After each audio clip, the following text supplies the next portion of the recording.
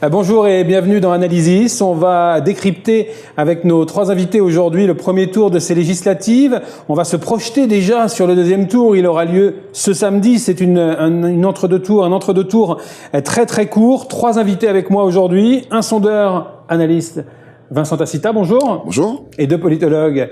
Bonjour Georges Calix. Bonjour. Et bonjour Didier Détouche. Bonjour. Alors merci d'être là. C'est parti pour notre premier thème.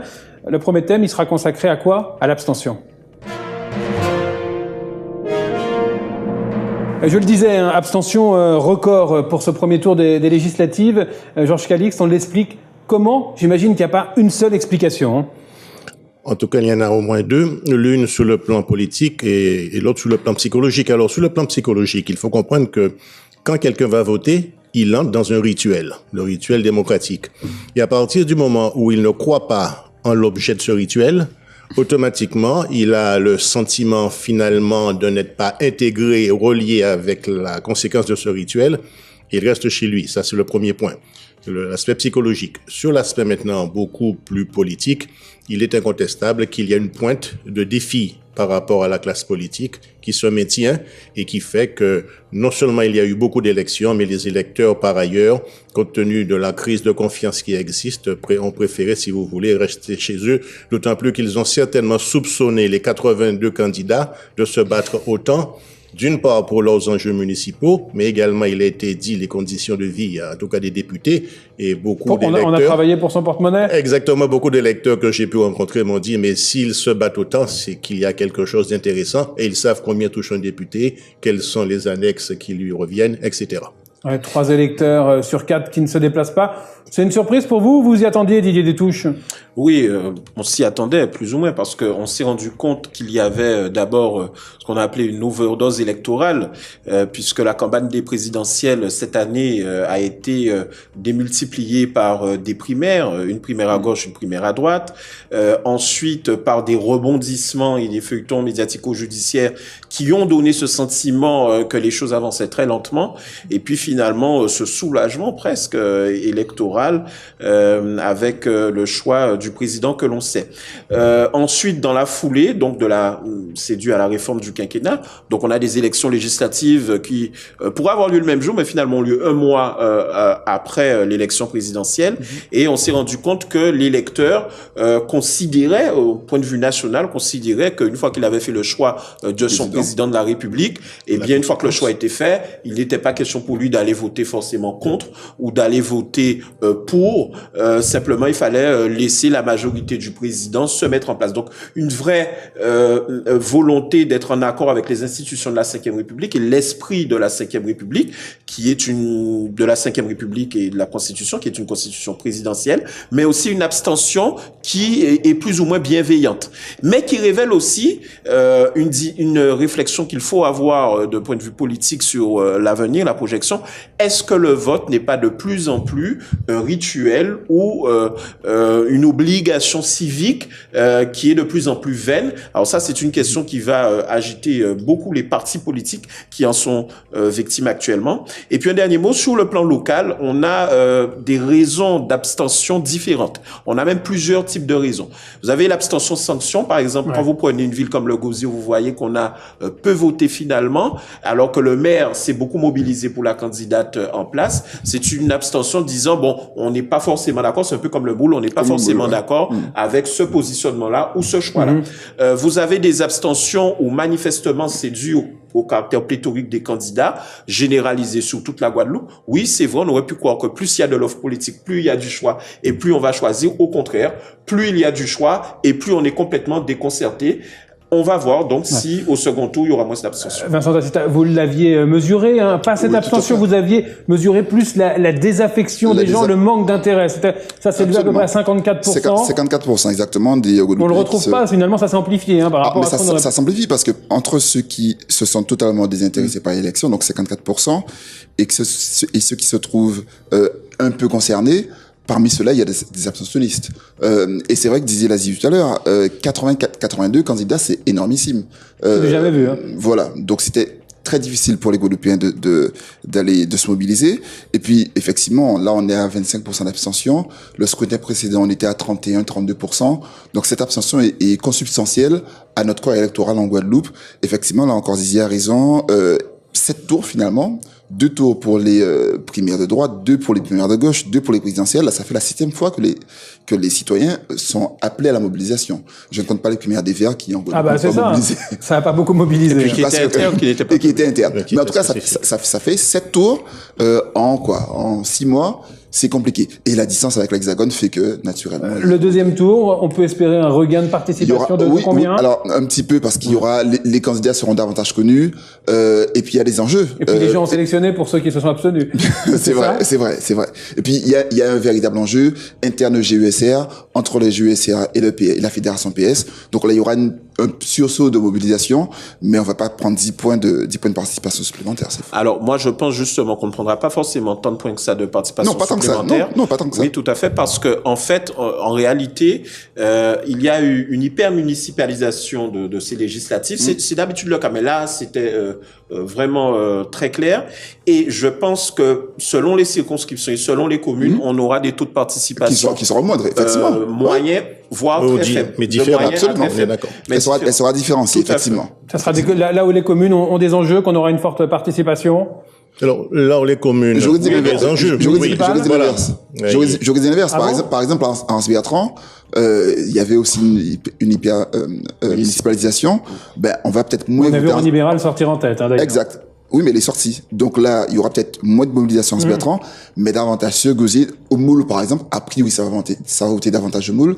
Ça va voter un peu plus à Bébao, par exemple. Lamentin, pareil. Voilà. Petit Bourg, quand même assez décevant, à 23%. C'est ça. Je crois qu'en réalité, il faut bien se référer. Maintenant, la municipalité et la municipalisation va s'estomper puisque les candidats qui restent ne sont pas forcément directement impliqués dans les enjeux municipaux. Voilà. Par contre, ce qui est important, c'est que les élections peuvent basculer, par exemple, dans la première circonscription. Une mobilisation au niveau des abîmes peut arriver à changer la donne électorale. Absolument. Il en est de même exactement pour Bémao. Il en est de même également sur le Moule. Au Moule. Et il faut bien voir que, par exemple, dans la 4e circonscription, Madame Vainqueur arrive en tête à la fois Bastère, plus à Capesterre-Belle. Pas partout, hein. Écoutez, presque partout, mais ce qui interpelle beaucoup plus, c'est Capesterre-Bello et Bastère. Ça veut donc dire que, à ce moment-là, il y aura vraisemblablement une municipalisation puisque les maires ne pourront pas, à 2 élections de suite, accepter que sur leur propre commune, ils soient, entre guillemets, mis en difficulté. Et vous avez entendu, par exemple, Marie-Luce Panchard qui a dit, mais moi, je vais m'engager personnellement. Et Joël Beaugendre, certainement, le fera aussi. Donc le fait qu'on ait eu ces 82 candidats, c'est quand même le pourquoi de cette abstention en priorité? C'est l'une des raisons, mais il n'y a pas que ces raisons-là. Il faut bien comprendre aussi, et il faut le dire, on peut pas tout mettre sur le dos, soit du grand nombre de candidats, soit de la médiocrité du débat public, qui est aussi une raison.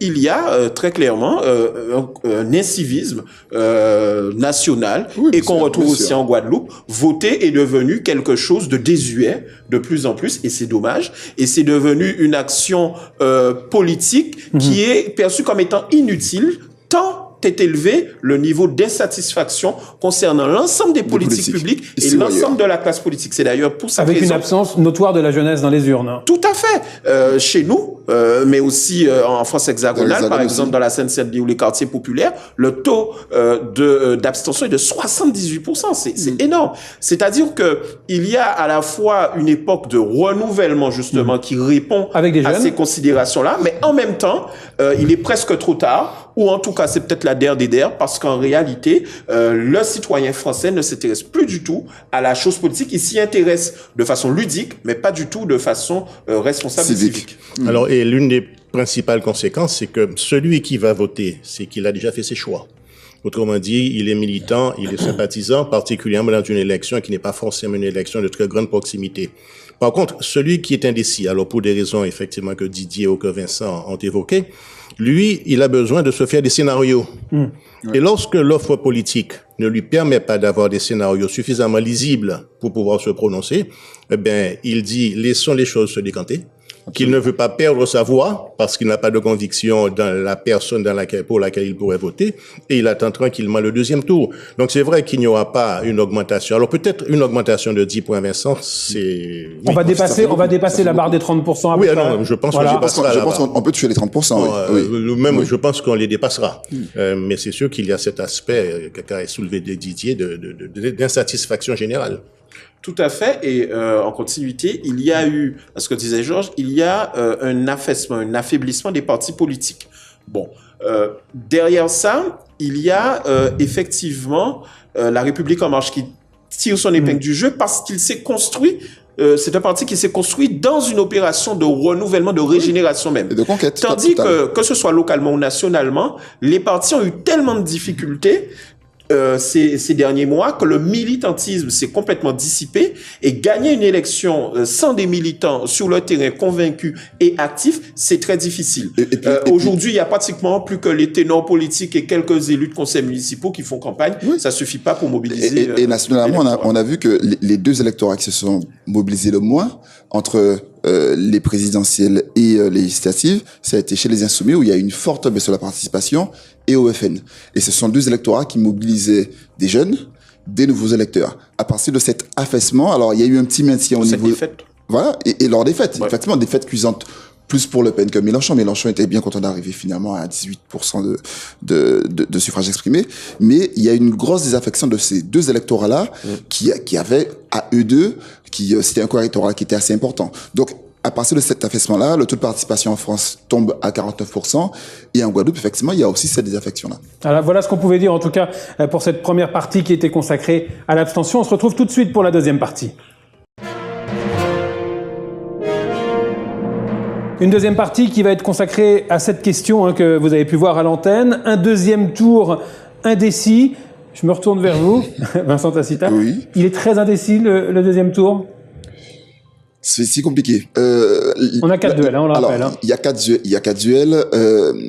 Dans la première, apparemment, il y a une avance qui semble être presque rédhibitoire pour le second, sauf en cas de mobilisation énorme de la frappe, par exemple, aux abîmes, qui a pour le coup un vrai relais.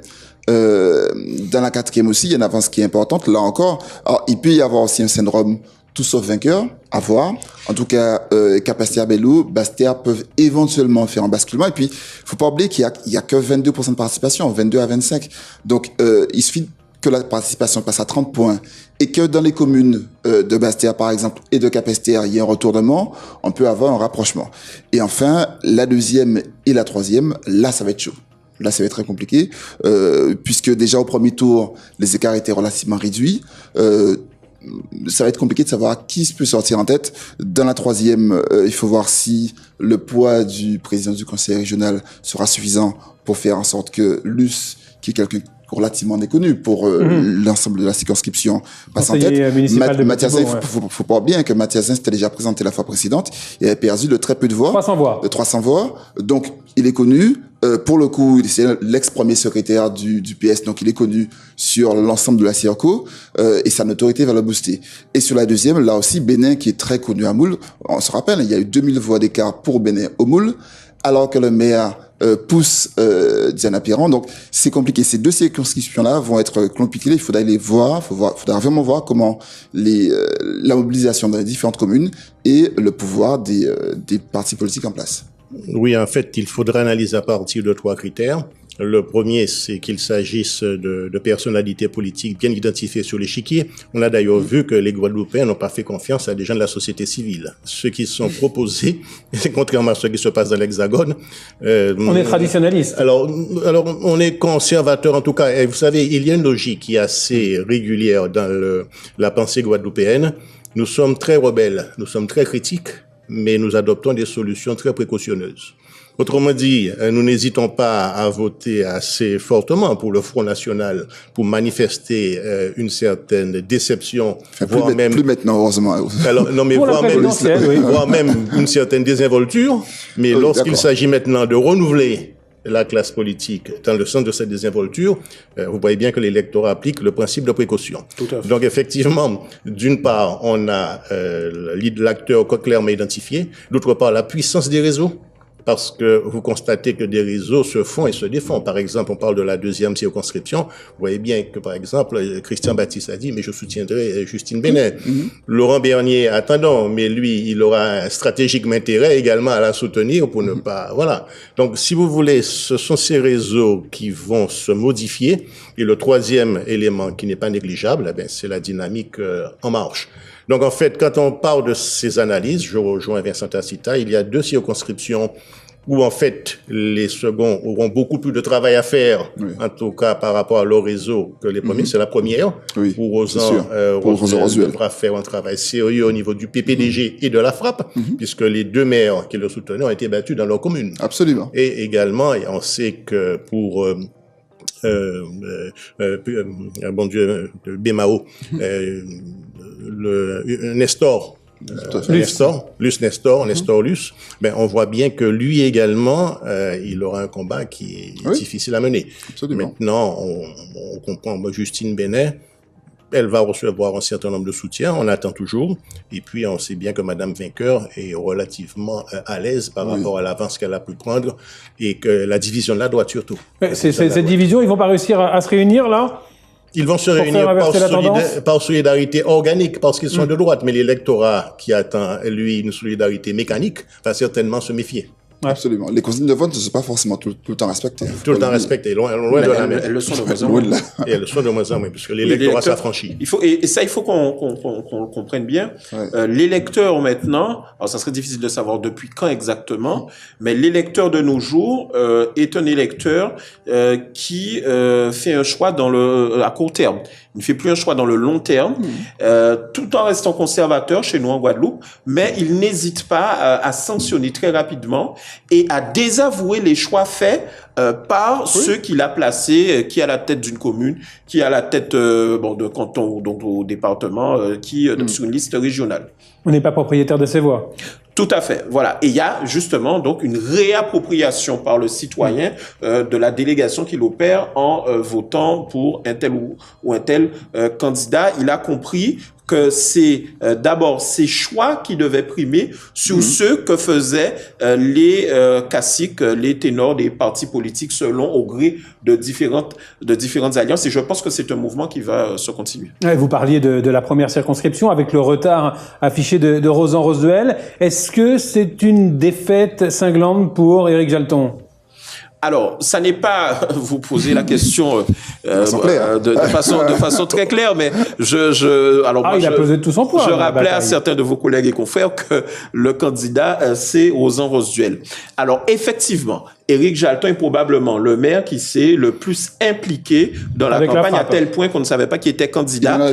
Au vu des résultats, c'est un échec. Je dirais pas une défaite encore, mais c'est un échec.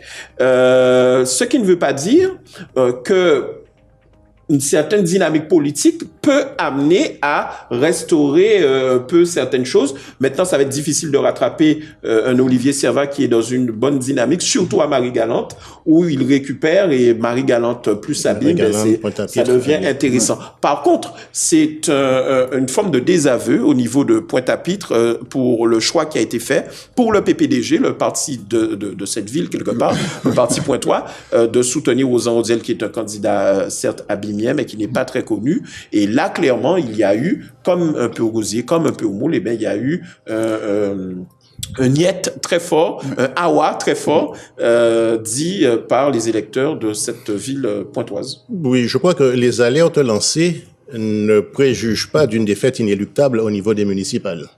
Il est incontestable que, regardez bien, Victorin Lurel, à un moment donné, a été député élu au premier tour. Il a gagné dans un certain nombre de communes. Et lorsque sont arrivées les élections municipales... à peine. Mais lorsque sont arrivées les élections municipales, les maires ont été pour la plupart reconduits. Donc, il n'y a pas de corrélation entre le fait d'avoir perdu dans une élection, même si elle est de relative proximité, avec une hypothécation, en tout cas, des chances ultérieures. Maintenant, c'est une alerte lancée. Lorsque vous engagez personnellement et que au Moule, ou alors, je crois, députés sortants, tous les deux, non seulement ils sont députés sortants, mais en plus ils sont maires de très grandes villes, donc il y a cette double dynamique. Dès lors que cette double dynamique ne vous permet pas de pouvoir imposer votre légitimité par délégation, c'est vrai qu'il y a un certain nombre de questions à se poser, en tout cas de stratégies à revoir. Ouais, sur quoi, aujourd'hui, Rosan Rosdeuel peut jouer pour essayer de rattraper son retard? Sous l'abstention. Abstention. Et Oui. sur sa capacité à... lui, je pense que pour le coup, il a intérêt à être sur une dynamique qui soit moins en marche que les autres. Pourquoi? Parce que Olivier Servat, c'est vraiment le candidat symbole il est investi officiellement. de cette adhésion, mais le fait d'être investi au niveau national pourrait lui faire perdre un peu de crédibilité locale. Donc peut-être sur ce plan-là, peut-être jouer, mais je ne veux pas donner de savantes leçons à des politiques qui sont bien plus aguerris. Sachant que le débat peut faire évoluer les choses également. Oui, le débat aussi, enfin les débats. Non, mais d'autant que la portée d'En Marche en Guadeloupe, enfin dans les DOM, on l'a vu, n'a pas été super impressionnante. Je crois que c'est sur les 29 candidats d'En Marche qui ont été éliminés dès le premier tour. 19, il y en a 8 qui viennent de l'autre mer. Il y en a 8 qui viennent de chez nous. Donc effectivement, il n'y a pas de portée significative de ce label. Le label En Marche ne fonctionne pas forcément chez nous. Alors que la Guadeloupe ni la logique de renouvellement, ni la logique de renouvellement, ni exactement. Donc, alors qu'à la présidentielle, la Guadeloupe avait placé en tête justement Emmanuel Macron. Oui, mais je pense que c'est personnalisation. Toujours le paradoxe du vote guadeloupéen. Non, mais c'est la personnalisation. Macron plaît peut-être, tout comme on l'a vu, Marine Le Pen fait 13% premier tour ici. Là, aux législatives, elle a rien. Il y avait des candidats estampillés FN qui ont fait entre 2,8 et 3. Donc voilà. Alors moi j'ajoute à ça que pour Macron il y a eu même s'il y a une forte abstention quand même, mais il y a eu une relative abstention, il y a eu un investissement du président de région et du parti dominant, ultra dominant actuellement, le GUSR, en Guadeloupe, pro-Macron. Là, les positionnements différents et les divisions et la floraison incroyable de candidats En Marche ou de majorité présidentielle, on se met le trouble et on est revenu, ça a poussé l'électeur aussi à revenir à des choix beaucoup plus personnels, beaucoup plus individuels et beaucoup plus municipaux. Oui. Et effectivement, alors on dit que le président de région a une stratégie visant à éviter face à cette flambée des ambitions, de ménager un peu tout le monde. Moi, je crois que c'était une erreur parce que il aurait fallu à ce moment-là, compte tenu du fait qu'il est porte-parole d'Emmanuel Macron en Guadeloupe, il aurait fallu un investissement de leadership beaucoup plus fort et ça lui aurait permis aussi de montrer qu'au niveau de la région et de tous les élus qu'il y a derrière lui, il arrive à assurer cette forme d'autorité. Quand on voit la situation de Sylvie Gustave dit Duflo qui est pénalisé par cela, alors que c'est une étoile montante de cette majorité régionale, ça va compliquer les débats. Je pensais effectivement à cette 4e circo. On va y venir à la 4e. Vous aviez effectivement Hélène Vainqueur qui, son affiche de campagne, c'est Marchons ensemble. Voilà, c'est éloquent. Arbaud qui est GUS. Tout en étant socialiste. Tout en étant socialiste. Arbaud qui est un principe soutenu par le GUSR et puis le président de région, donc il devrait être En Marche, et Gustave Duflo qui, elle, a clairement fait campagne pour le président de la République, élu actuellement. Donc vous avez comme ça une pléthore de candidatures En Marche, et finalement ça amène de l'illisibilité, puisque on fait une équation personnelle. Maintenant on va voter soit pour Madame Vainqueur, simplement, en double étiquette, pour Monsieur Arbaud en double étiquette. C'est vrai. Sachant que le président de région devra s'engager parce que dans chacune des circonscriptions, il y a un membre du GUSR qui est en tout cas en finale. On va terminer sur cette première circonscription. Olivier Servat est bien parti? Alors Olivier Servat, au vu de je ne suis pas sondeur, mais au regard des résultats, il n'y a pas que de l'arithmétique, un peu de l'arithmétique, mais surtout de la dynamique électorale. Il est relativement bien parti. Mais si j'ose dire, pour tous les candidats qui sont arrivés en tête, on a un faible écart pratiquement qu'au niveau de la 3e circonscription entre Nestor Luce et Max Mathias. Et c'est précisément dans cette circonscription qu'à mon avis, on peut avoir un effet de mobilisation des différentes forces politiques en présence qui peuvent bénéficier à l'outsider, c'est-à-dire Max Mathias. Allez, on vient à la 2e circonscription à présent. Alors là, on a eu un duel de femmes pour ce samedi. Ça sera encore une femme qui sera députée d'ailleurs, qui succédera à Gabriel Louis Carabin. Diana Perron qui arrive en 2e position, Justine Bénin qui arrive en première. Est-ce que on peut dire que c'est une surprise qu'elle soit première? Alors, je dirais que c'est une surprise, d'abord parce que on a tellement pensé que c'est Madame Carabin qui allait faire cette élection législative, et quand on a vu en plus qu'elle a décidé d'être suppléante, donc de mouiller la chemise, beaucoup se sont dit ça va être plié. Surtout que la candidate derrière laquelle elle est positionnée, c'est Diana Perron, qui est l'une des deux candidates En Marche officielles, on va dire authentiques. Absolument. Bio. Oui. Et en réalité, on se rend compte que, loin s'en faut, au contraire, la municipalisation de l'élection a mis le vent en poupe à Justine Benin, qui est considérée comme étant maintenant donc une opposante officielle à Gabriel Louis Carabin. Donc, moi, personnellement, je m'y attendais pas forcément, mais je dois dire que le travail de terrain aussi, la mise en scène de Justine Benin par rapport à son attitude, sa gestion de la crise avec Madame Carabin lui ont certainement permis de récolter des lauriers. Je rappelle que Justine Benin devait être la candidate de Guadeloupe-Unie, donc il lui a fallu affronter ça, et son avancée montre à quel point au niveau du GUSR, les choix qui ont été faits n'ont pas forcément été les meilleurs. Elle a marché seule pendant cette campagne. Elle a marché seule. Oui. Elle a marché seule. Et puis, alors aussi fragile, c'est qu'effectivement, son avance n'est qu'au moule. Alors, certes, le moule, c'est le gros 2900 voix, hein, le gros bastion de voix, c'est le moule. Elle fait le play en moule, puisque l'avance n'est que là, et elle passe devant Justine Benin grâce à son score hyper élevé au moule. Maintenant, il faudra voir, effectivement, pour le coup, si le poids de la députée sortante, Madame Carabin, si elle arrive à mobiliser son électorat au moule, là, ça peut être compliqué pour Justine Benin. Ça pourrait l'être, mais ça dépend, là encore, de la participation au moule et du poids de la députée sortante. Alors, il y a deux logiques qui se sont affrontées en termes de ressources pour les candidats. Diana Perron, soutenue par le GUSR, par la députée sortante et par le maire de la commune la plus importante de la circonscription, avec le Gosier. Et d'un autre côté, il y a eu l'équation personnelle de Justine Benin.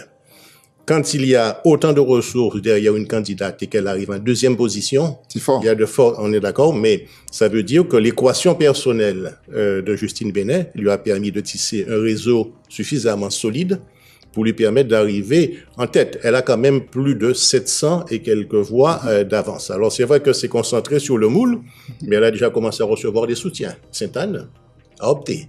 Et le Gosier, bien évidemment, qui est proche du GUSR, les choses vont se jouer le PPDG qui va la à ce soutenir. niveau-là. Mais est-ce que le Gosier va se mobiliser à ce niveau-là? On verra. Sa suppléante vient du Gosier. Hein. Sa suppléante, on est bien d'accord, vient du Gosier. Donc, à mon avis, dès lors qu'il y a eu une avance prise par sa propre équation personnelle contre les logiques à la fois de parti, d'antériorité, de délégation de légitimité, le député sortant qui soutient celle qui arrive en deuxième position, il me semble que ça place Justine Benin dans une position plutôt favorable. Bien sûr. Oui, je suis tout à fait d'accord. Et c'est pratiquement, à l'heure actuelle, la seule candidate qui est en tête, de certain nombre de voix quand même, il y a un écart assez conséquent, mais qui en plus bénéficie d'une dynamique de soutien. Alors, il y a eu Sainte-Anne, effectivement, le maire, mais il faudra voir aussi Warren Shengan qui a réalisé un score honorable pour une première participation politique, soutient officiellement Justine Benin. Il y a des arrangements qui peuvent être pris, notamment pour la mairie du Moule, parce que Warren Shengan devient de fait un candidat tout à fait crédible pour cette mairie du Moule. Donc, à mon avis, tous les feux sont ouverts pour Justine Benin. Je crois même qu'on assiste presque à un tout sauf Perron. Mais attention, le maire Jean-Pierre Dupont-du-Gosier a bien dit qu'il y a eu un taux de participation vraiment très faible et il s'est engagé à mobiliser. Gosier représente un certain électorat. Et si dans les débats, Diana Perron, par exemple, arrive à vraiment montrer qu'elle est dans cette dynamique présidentielle très forte en montrant qu'elle est capable elle peut se révéler dans les débats, vous pensez?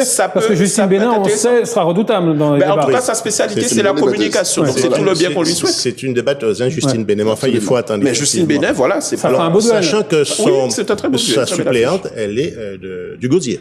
Tout à fait. Et j'en profite pour dire qu'il y a eu là une carte très intéressante jouée parce qu'on sait sait que l'une des prétendantes à la mairie du Gosier, même si ça n'était pas dit de façon frontale comme ça, c'est Roberthe Méry, et très soutenue par sa fille qui se trouvait être la suppléante donc de Justine Bénin. Et il y a un coup très intéressant qui a été joué par cette équipe-là au niveau du Gosier, parce que de fait, ils se remettent en selle après les régionales, et donc on a de plus en plus, à mon avis, au Gosier, on va avoir une opposition très franche qui va se faire jour. La grosse déception, c'est pour Laurent Bernier? Tout à fait. De toute façon, là encore, commune relativement, importante, c'est vrai, mais le Moule d'abord, Gosier ensuite, Sainte-Anne plus habitants, et puis Saint-François. Et son positionnement pour lui, c'est pas et le positionnement qui n'est pas suffisamment lisible. Donc il arrive en troisième position. Il a fait une campagne très intéressante, comme à son habitude. Malheureusement, notamment sur les réseaux sociaux. Absolument. Malheureusement, pas suffisamment de réserve de voix, puisque pas de soutien. Finalement, il a fait campagne seul. Ses réseaux étaient très limités. Absolument. Mais son échec est très symptomatique de l'incapacité de la droite locale à pouvoir s'unir et à pouvoir peser comme ça a été le cas à une certaine époque. Et si on regarde cette époque, eh bien, c'est une époque de leadership incontestable de Lucette Michaud-Chevry. Aujourd'hui, personne, et ça fait quelques années que ça dure, personne n'est en mesure. Il n'y a personne à droite. Voilà, il n'y a pas de leader charismatique à même de fédérer. Voilà, on a une présidente des Républicains, Sonia Péto, très autoritaire, très rigoureuse, qui a fait un travail intéressant, notamment pour les primaires, mais les divisions aidant avec Marius Panchard, etc., ben, la droite se trouve sans leader et de plus en plus rejetée par un électorat, même local. Et c'est vrai que, de point de vue démocratique, ça peut être un problème.